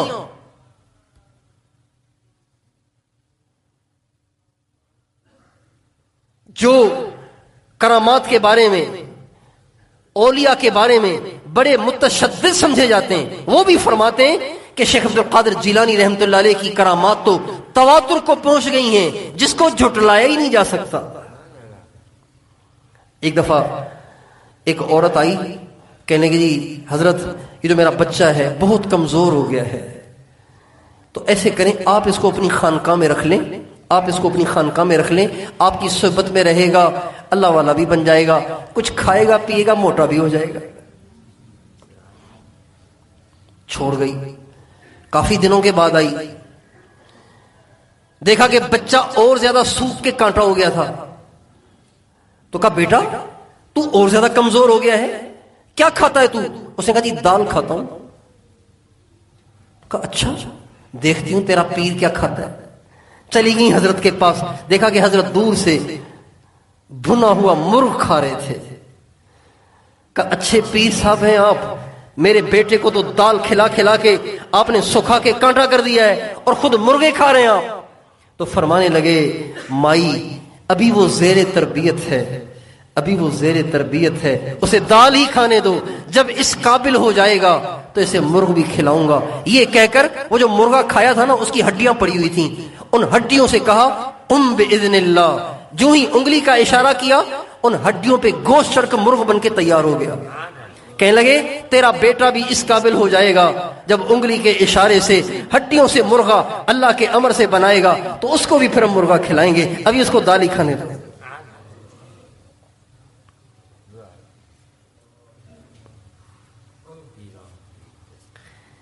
ایک بہت بڑے عالم ہیں ابو بکر حماد رحمت اللہ علیہ، وہ کہتے ہیں کہ جو لوگ علم تو پڑھتے ہیں لیکن اہل اللہ کی صحبت اختیار نہیں کرتے نا تو ان سے علم پر عمل ہی نہیں ہوتا ہی نہیں ان سے عمل. اور جو پڑھتے ہیں اس میں بھی ان کو شک و شبے پیدا ہوتے رہتے ہیں، شک و شبے پیدا ہوتے رہتے ہیں. چنانچہ ایسے ہی ایک عالم تھے، عالم تو بڑے چوٹی کے تھے لیکن اپنے ہی علم کے اندر ان کو شکوک و شبہات تھے. ان کو کسی نے بتایا کہ بھائی شیخ عبد القادر جو ہے نا یہ اتنے بڑے اللہ والے ہیں، جب ان کی مجلس میں کوئی چلا جائے نا، ان کی مجلس میں کوئی چلا جائے تو اگلے کے دل میں جو بات ہو نا وہ بھی بتا دیتے ہیں. کہنے لگے دیکھتا ہوں کیسے بتاتے ہیں. چنانچہ آ کے بیٹھ گئے بیان میں تو بہت سارا مجمع تھا، یہ ایک طرف آ کے بیٹھ گئے، سامنے نہیں بیٹھے، ایک طرف آ کے بیٹھ گئے. جو ہی بیان میں انٹر ہوئے، داخل ہوئے تو حضرت پیران پیر رحمت اللہ نے فرمایا ہمارے عقائد وہ ہونے چاہیے جو سلف صالحین کے تھے، حضرات صحابہ کرام کے تھے. جو ہی یہ داخل ہوئے تو یہ جملہ کہا، حالانکہ اس کا کوئی عنوان نہیں چل رہا تھا، اچانک یہ جملہ کہہ دیا. کہنے لگے یہ کیا کہہ رہے ہیں، یہ تو میرے سوال کا جواب ہے، لیکن یہ ایسے ہی کہہ دیا ہوگا، انہوں نے اتفاقی کہہ دیا ہوگا. کہنے لگے جو ہی میں نے یہ سوچا تو میری طرف دیکھ کے فرمانے لگے ہمارے عقائد وہی ہونے چاہیے جو سلف صالحین اور صحابہ کرام کے تھے. تو کہنے لگے میں نے سوچا کہ بیان کرنے والا آخر ادھر ادھر مڑ کے دیکھتا بھی تو ہے، تو ایسے ہی مجھے مڑ کے دیکھا ہوگا. کہنے لگے جب دوسری دفعہ میں نے یہ سوچا تو میری طرف دیکھ کر میرا نام لے کے کہا ابو بکر حماد، ہمارے عقائد سلف صالحین اور صحابہ کرام والے ہونے چاہیے. کہتے میں واقعی حیران رہ گیا کہ یہ واقعی اتنے بڑے اللہ کے ولی ہیں کہ دل کے خیالات کی بھی اللہ ان کو خبر دے دیتا ہے. ایک بزرگ ہیں شیخ شہاب الدین سہروردی رحمت اللہ علیہ، ہمارے غوث الحق مخدوم سرور نور رحمت اللہ علیہ، یہ انہی کی اولاد میں سے ہیں. شیخ شہاب الدین سہروردی رحمت اللہ علیہ، یہ سارا حضرت ابوبکر صدیق کا سلسلہ ہے، حضرت ابوبکر صدیق کا شجرہ ہے، یہ بھی انہی کی اولاد میں سے ہیں، ہمارے والے حضرت سرور نور رحمت اللہ علیہ. تو یہ اولاد میں سے ہیں شیخ شہاب الدین سہروردی. شیخ شہاب الدین سہروردی جو تھے یہ منطق سے بہت زیادہ پیار کرتے تھے. منطق ایک علم ہے جو مدرسوں میں پڑھایا جاتا ہے، اس کا مقصد صرف ذہن کو تیز کرنا ہوتا ہے. منطق، فلسفہ، علم الکلام، دین سے اس کا کوئی تعلق نہیں، صرف ذہن کو تیز کرنے کے لیے ہوتا ہے.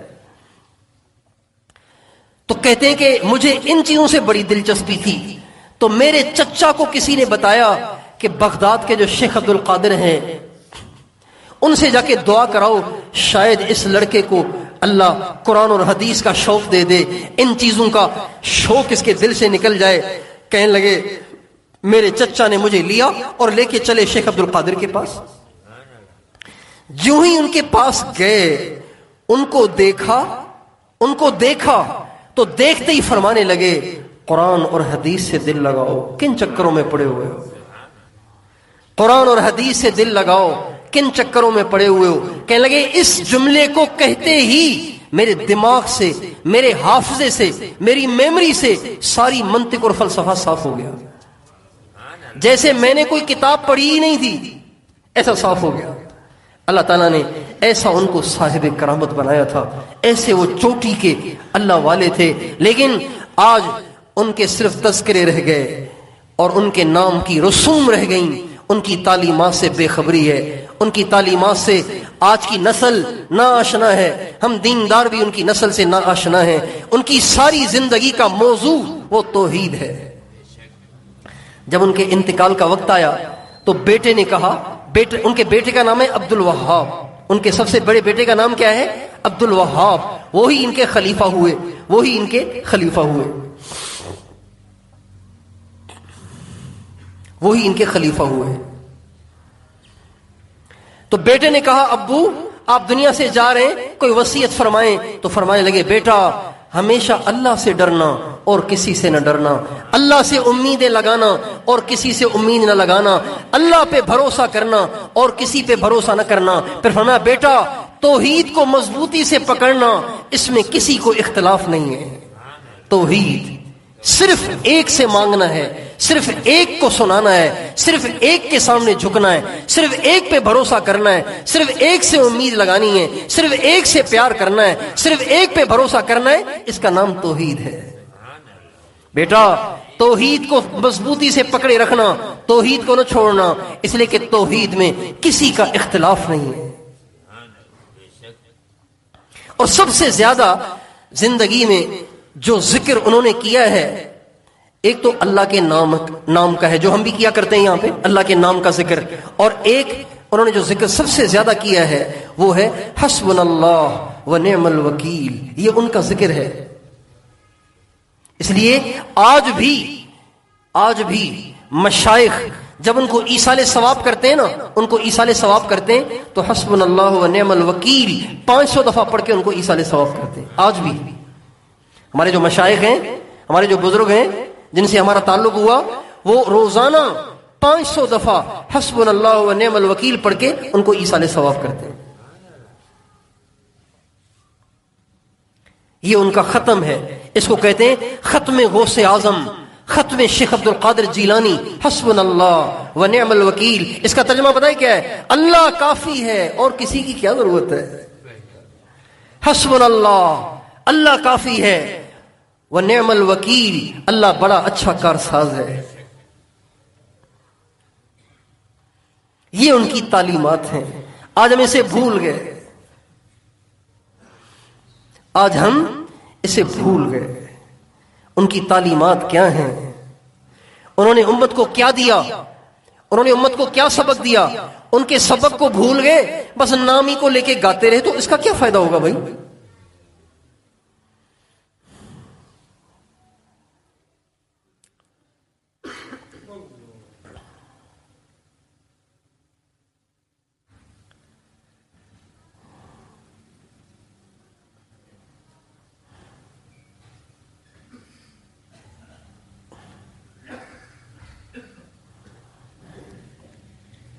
اس میں سے قادریہ راشدیہ نکالو۔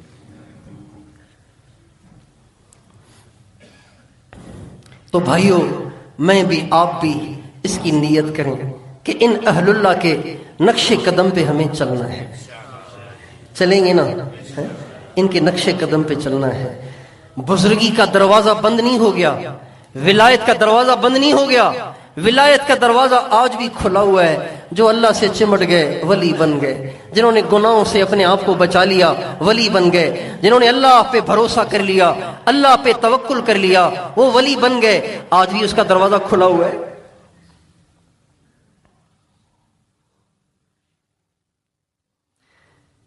بعض لوگ غلط فہمی کی وجہ سے سمجھتے ہیں کہ جی ہم تو بزرگوں کو مانتے ہی نہیں ہیں۔ بھائی کیوں نہیں مانتے؟ ہم تو بزرگوں کو مانتے ہیں، ہمارا تو بزرگوں سے تعلق ہے۔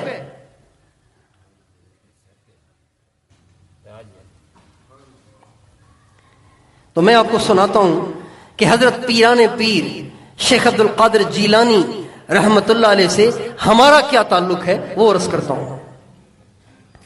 نبی کریم صلی اللہ علیہ وسلم تو فیض کا منبع ہے نا، فیض کا منبع ہے، فیض کا سرچشمہ ہے۔ سارا فیض جس کو ملا انہی سے ملا۔ شاہ عبد اللطیف بھٹائی کو بھی انہی سے ملا، شہباز قلندر کو بھی انہی سے ملا، شیخ عبد القادر جیلانی کو بھی انہی سے ملا، غوث بہاؤالدین زکریا ہوں یا چاہے بابا فرید الدین گنج شکر ہوں یا چاہے خواجہ معین الدین اجمیری ہوں یا چاہے شیخ شہاب الدین سہروردی ہوں یا چاہے جنید بغدادی ہوں یا چاہے کوئی بھی ہوں، بڑے سے بڑا ولی، اس کو جو کچھ ملا سرکار دو عالم کے سینے اطہر سے ملا۔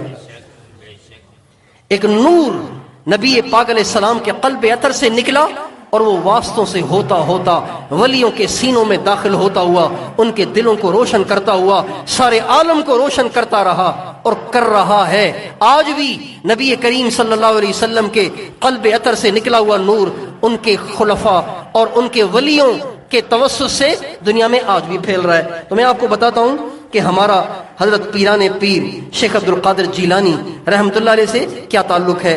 ہمارے نبی صلی اللہ علیہ وسلم سے جو روحانی فیض ہے وہ آپ کے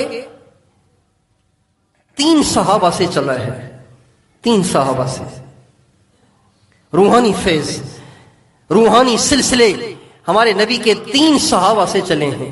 ایک سیدنا صدیق اکبر رضی اللہ تعالی عنہ۔ ہمارے زمانے میں اس وقت روحانی سلسلے تقریباً 4 ہیں، 4 سلسلے ہیں جو عام طور پر، سلسلے تو اور بھی ہیں لیکن عام طور سے جو معروف ہیں وہ 4 سلسلے ہیں۔ ان میں ایک سلسلہ ہے سلسلہ قادریہ، ایک ہے سلسلہ چشتیہ، ایک ہے سلسلہ نقشبندیہ، ایک ہے سلسلہ سہروردیہ۔ یہ جو سلسلہ نقشبندیہ ہے یہ نبی کریم صلی اللہ علیہ وسلم کے سینے اطہر سے جو نور نکل کر سیدنا صدیق اکبر کے سینے میں داخل ہوا اور وہ چلتے چلتے آج تک پہنچا، اس کو سلسلہ نقشبندیہ کہتے ہیں۔ اور نبی کریم صلی اللہ علیہ وسلم کے قلب اطہر سے نور نکل کر جو سیدنا علی المرتضی شیر خدا رضی اللہ عنہ کے قلب اطہر میں داخل ہوا، ان سے آگے منتقل ہوا، اس کو سلسلہ قادریہ کہتے ہیں، سلسلہ چشتیہ کہتے ہیں اور سلسلہ سہروردیہ کہتے ہیں۔ 3 سلسلے حضرت علی سے چل رہے ہیں، ایک سلسلہ حضرت سیدنا صدیق اکبر سے چل رہا ہے۔ پھر صدیق اکبر سے یہ نور ملا سیدنا سلمان فارسی رضی اللہ تعالیٰ عنہ کو، سیدنا سلمان فارسی رضی اللہ تعالیٰ عنہ کو۔ یہ 2 صحابہ، ایک سلسلے میں 2 صحابہ، نقشبندیہ، بعض لوگ کہتے ہیں نقشبندیہ بہت اونچا سلسلہ ہے، اس کی وجہ یہ بتاتے ہیں کہ اس سلسلے میں 2 صحابہ ہیں، باقی سلسلوں میں ایک ایک صحابی ہے۔ تو 3 سلسلے چلے سیدنا علی سے، ایک سلسلہ چلا سیدنا صدیق اکبر رضی اللہ تعالیٰ عنہ سے۔ تو یہ جو قادریہ سلسلہ چل رہا ہے یہ سیدنا علی المرتضی رضی اللہ عنہ تک پہنچتا ہے۔ نبی کریم صلی اللہ علیہ وسلم کا فیض ملا حضرت علی کو، ان کا فیض ملا حضرت حسن بصری کو، ان کا فیض ملا حضرت خواجہ حبیب اجمی کو، ان کا فیض ملا حضرت خواجہ داؤد طائی کو، ان کا فیض ملا حضرت معروف کرخی کو، ان کا فیض ملا حضرت سری سقطی کو، ان کا فیض ملا حضرت خواجہ جنید بغدادی رحمۃ اللہ علیہ کو، ان کا فیض ملا حضرت ابو بکر شبلی کو، ان کا ملا سید عبدالعزیز کو، ان کا ملا سید عبدالواحد کو، ان کا ملا سید ابو الفضل کو، ان کا ملا سید ابو الفرح محمد بن عبداللہ ترتوسی کو، ان کا ملا سید علی بن احمد کو، ان کا ملا سید ابو سعید مبارک بن علی مخزومی کو، اور ان کا ملا حضرت پیران پیر قطب ربانی غوث سمدانی شیخ عبد القادر جیلانی رحمۃ اللہ علیہ کو، ان کا ملا ان کے بیٹے شیخ عبد الوہاب کو، ان کا ملا شیخ صفی الدین کو، ان کا ملا سید احمد کو، ان کا فیض ملا سید محمد مسعود کو، ان کا فیض ملا سید علی کو، ان کے خلیفہ ہوئے شاہ میر، ان کے خلیفہ ہوئے شمس الدین محمد اول، ان کے خلیفہ ہوئے محمد غوث، ان کے خلیفہ ہوئے شیخ عبد القادر ثانی، ان کے خلیفہ ہوئے سید عبد الرزاق، ان کے خلیفہ ہوئے سید عبد القادر ثالث، ان کے خلیفہ ہوئے سید شمس الدین محمد شاہ ثانی، ان کے خلیفہ ہوئے سید عبد القادر رابع، ان کے خلیفہ ہوئے سید شمس الدین ثالث، ان کے خلیفہ ہوئے سید حامد شاہ، ان کے خلیفہ ہوئے سید شمس الدین محمد شاہ رابع، ان کے خلیفہ ہوئے سید صالح شاہ، ان کے خلیفہ ہوئے سید عبد القادر خامس، ان کے خلیفہ ہوئے سید محمد بقا شہید، ان کے خلیفہ ہوئے سید محمد راشد، ان کو ہم ہمارے ہاں روزے دھنی کہتے ہیں، روزے دھنی سید محمد راشد، ان کے خلیفہ ہوئے سید حسن شاہ، ان کے خلیفہ ہوئے حافظ محمد صدیق صاحب بھرچونڈی شریف والے، ان کے خلیفہ ہوئے حضرت مولانا سید تاج محمود امروٹی رحمۃ اللہ علیہ، ان کے خلیفہ ہوئے حضرت امام الاولیاء مولانا احمد علی لاہوری رحمۃ اللہ علیہ، ان کے خلیفہ ہوئے حضرت مولانا غلام رسول صاحب رحمۃ اللہ علیہ، ان کے خلیفہ ہوئے شیخ العلماء عارف باللہ مولانا ڈاکٹر عبدالسلام صاحب، اور ان کا ایک نوکر اور ان کے در کا ایک ادنا سا غلام، وہ ہوا عبداللہ۔ یہ ہمارا ان سے رشتہ ہے، یہ ہمارا ان سے تعلق ہے۔ بتائیے کتنی بڑی خوش نصیبی ہے ہماری کہ اللہ تعالیٰ نے صدیاں گزرنے کے بعد بھی ان کے سلسلے کو چلائے رکھا ہے، ان کے فیض کو جاری رکھا ہے۔ تو ہم اور آپ آج کی اس مجلس میں اس بات کو طے کریں کہ آج کے بعد ہم اپنی زندگیاں ان اہل اللہ کے نقش قدم پر گزارنے کی کوشش کریں، صرف رسوم میں الجھ کر اپنی زندگیاں ضائع نہیں کریں گے، بلکہ دیکھیں گے کہ ان اکابر نے خود کیا کیا ہے، کیا ہمیں تعلیمات دی ہیں، کس چیز کی طرف ہمیں انہوں نے کھینچا ہے، کس چیز میں انہوں نے ہمیں لگایا ہے۔ اس لیے بھائیو، اللہ تعالیٰ نے ان سے دین کا کام لیا۔ وہ فرماتے ہیں اللہ کا شکر ہے، میرا دل تو کرتا تھا کہ جنگل میں چلا جاؤں، لیکن اللہ پاک نے لوگوں کو مجھ سے نفع دینا تھا، چنانچہ 5000 یہودی اور عیسائی اللہ نے میرے ہاتھ پہ مسلمان کیے، اور لاکھوں زانی، شرابی، ڈاکوؤں کو اللہ تعالیٰ نے ان کے ذریعے سے توبہ طائب ہونے کی ہدایت، توبہ طائب ہونے کی توفیق عطا فرمائی، اور ان کے بعد جو ان کے خلفاء ہوئے، اب تک تو پتہ نہیں کتنے کروڑوں ان کے ذریعے سے ہدایت یافتہ ہو گئے۔ ہمارے حضرت حاجی عبدالوہاب صاحب، وہ بھی قادری ہیں، وہ فرماتے تھے میں قادری ہوں۔ ایک دفعہ حضرت پاک پتن شریف سے حضرت خواجہ فرید الدین گنج شکر رحمۃ اللہ علیہ کے مزار کے گدی نشین ان کے پاس آئے ملنے کے لیے، حضرت حاجی عبدالوہاب صاحب سے ملنے کے لیے۔ تو تعارف کرانے والے نے کہا کہ جی یہ حضرت خواجہ فرید الدین گنج شکر چشتی رحمۃ اللہ علیہ کے آج کل گدی نشین ہیں۔ فرمایا لیکن میں قادری ہوں۔ اب بتائیے عبدالوہاب صاحب کتنے بڑے آدمی، وہ بھی ان کے کھاتے میں اللہ نے کتنا ان سے کام لیا۔ اگر ہم بھی آپ بھی متقی بنیں، پرہیزگار بنیں، اللہ پہ بھروسہ کریں، اللہ سے مانگیں اور برائی سے اپنے آپ کو بچائیں، اور اللہ والے کام میں لگے رہیں، اللہ پاک سے تعلق بناتے رہیں، اللہ کے دین کی محنت میں اپنے آپ کو کھپاتے رہیں، اس کے لیے قربانیاں کرتے رہیں، تو اللہ ہمیں بھی کسی کونے کھانچے میں ولیوں کے ساتھ جگہ دے دے گا۔ تو بھائی کیا خیال ہے، آپ بھی تیار ہیں؟ اپنی زندگی کو دین کے مطابق لائیں گے انشاءاللہ، اور دین کی محنت کریں گے انشاءاللہ، ساری دنیا میں دین کو پھیلائیں گے کہ نہیں پھیلائیں گے؟ اللہ تعالیٰ مجھے اور آپ کو توفیق عطا فرمائے۔